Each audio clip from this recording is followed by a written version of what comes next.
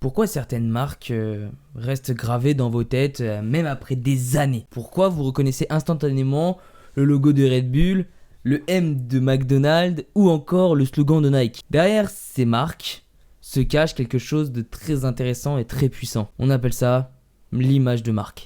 Bonjour à tous, c'est Romain de R4U Productions. Sur cette chaîne, on décrypte les stratégies de communication et marketing qui se cachent derrière ce que l'on voit tous les jours. Aujourd'hui, on va voir pourquoi certaines marques deviennent totalement inoubliables. Une image de marque, ce n'est pas seulement un logo, une couleur ou un slogan. C'est l'ensemble des émotions, des idées et des perceptions qu'on associe à cette marque. Par exemple, quand on pense à Nike, on pense souvent à la performance, la motivation ou le dépassement de soi. Quand on pense à Red Bull, c'est l'énergie, le sport extrême et l'adrénaline. Et pourtant, toutes ces marques vendent des produits du quotidien. Des vêtements, des boissons ou de la restauration rapide, mais elles ont réussi à construire un univers plus puissant, beaucoup plus puissant autour de leurs produits. Leur objectif n'est pas seulement de vendre, leur objectif est de créer une place dans votre esprit. Ça rejoint la vidéo précédente à l'inbound marketing, je vous conseille d'aller la regarder d'ailleurs pour comprendre plus facilement ce sujet. Les grandes marques savent quelque chose de très important. Les gens achètent rarement uniquement avec la logique. Ils achètent aussi avec les émotions, les envies et leurs perceptions. Et les grandes marques l'ont parfaitement compris. Quand Nike diffuse une publicité, la marque ne parle pas toujours directement de ses chaussures. Elle parle surtout de la motivation, de la réussite, du sportif en question, de l'effort, du dépassement de soi. Même jusqu'à leur slogan,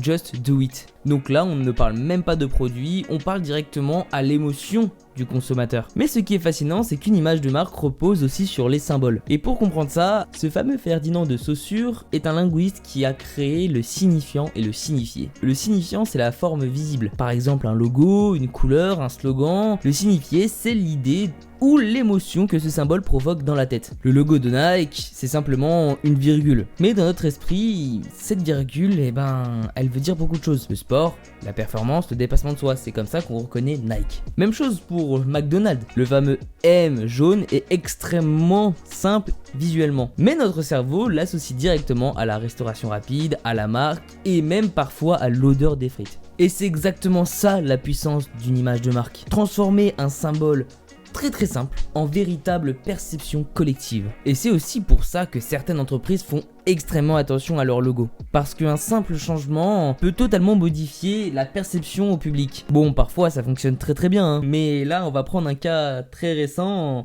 et j'espère que mes amis marseillais ne m'en voudront pas. Mais le logo de Marseille qui était avant très simple, historique et visuellement efficace, le fameux OM, se retrouve à être réduit à un logo moche et il y a juste les couleurs qui respectent l'emblème quoi. En parlant de logo de l'OM, on va parler de la cohérence visuelle, ce qu'ils n'ont pas. Les grandes marques sont immédiatement reconnaissables. Pourquoi? Parce qu'elles gardent toujours les mêmes couleurs, le même ton, les mêmes valeurs et le même style visuel. Par exemple, Coca utilise constamment le rouge, le blanc, les univers festifs et les émotions sportives. Quant à elle, Red Bull utilise le bleu, le rouge, des univers sportifs, des images dynamiques et des scènes spectaculaires. Même leurs vidéos, leurs événements et leurs partenariats reprennent toujours les mêmes codes. Cette cohérence permet au cerveau de reconnaître la marque instantanément. Plus une marque est cohérente, plus elle devient mémorable. Et certaines marques vont encore plus loin. Elles ne vendent plus simplement des produits, elles construisent des véritables mythes autour de leur image. Un concept développé par Roland Barthes. Pour Roland Barthes, un mythe, c'est quand une image ou un symbole finit par paraître totalement naturel dans notre société. Dur à dire. Et aujourd'hui, beaucoup de marques fonctionnent exactement comme ça. Par exemple, quand on pense à Nike, on pense immédiatement à la performance, la réussite, la mentalité de gagnant, alors qu'à la base, c'est simplement une marque de vêtements. On peut aussi prendre l'exemple de 3 ronds avec l'un qui est plus grand et on les superpose et voici ce que ça nous donne. C'est Mickey Mouse. Oui, bon, voilà, c'est pas non plus...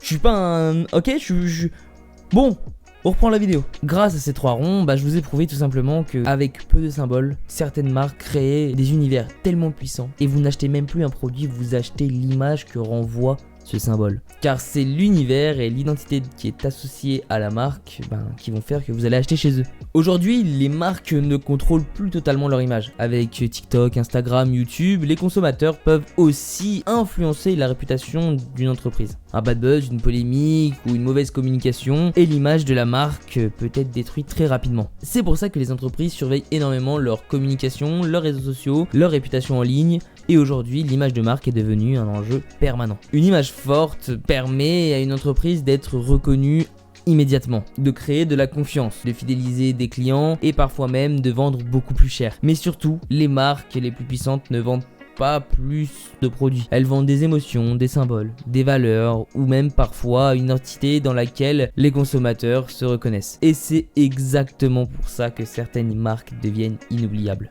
En tout cas, si cette vidéo sur l'image de marque vous a plu, n'hésitez pas à vous abonner et à liker. On se retrouve dimanche prochain pour une nouvelle vidéo. Je vous souhaite une excellente journée, une excellente soirée. Je sais pas quand vous regardez cette vidéo, je ne suis pas chez vous. C'était Romain de R4U. Allez, ciao tout le monde.